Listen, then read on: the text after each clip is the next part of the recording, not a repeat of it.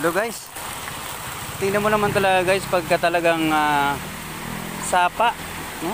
Ito guys sapa lang ito guys dito guys sa may Real. Sapa lang ito guys. Napakalinaw ng tubig. Ayan guys, no? Ayan guys, pwede ngang inuman siya.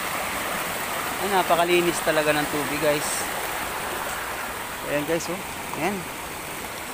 Nakita natin guys. May mga galing pa sa bundok.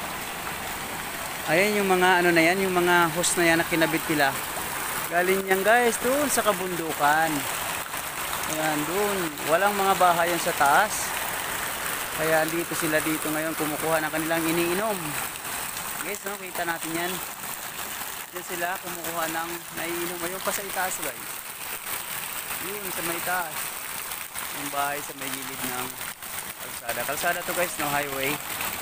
Yan guys, papunta ng Pami. Ito naman guys, papunta ng Infanta o Real. Ayan guys, no, nakita natin dito. Talagang napakalinis talaga dito.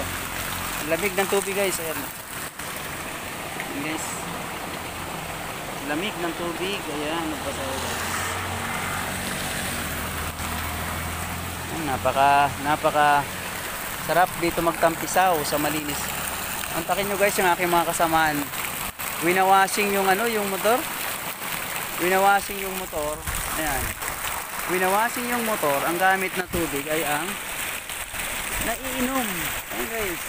Naiinom siya. O drinking water yan guys. Galing sa kabundukan. Sobrang linaw. Ayan.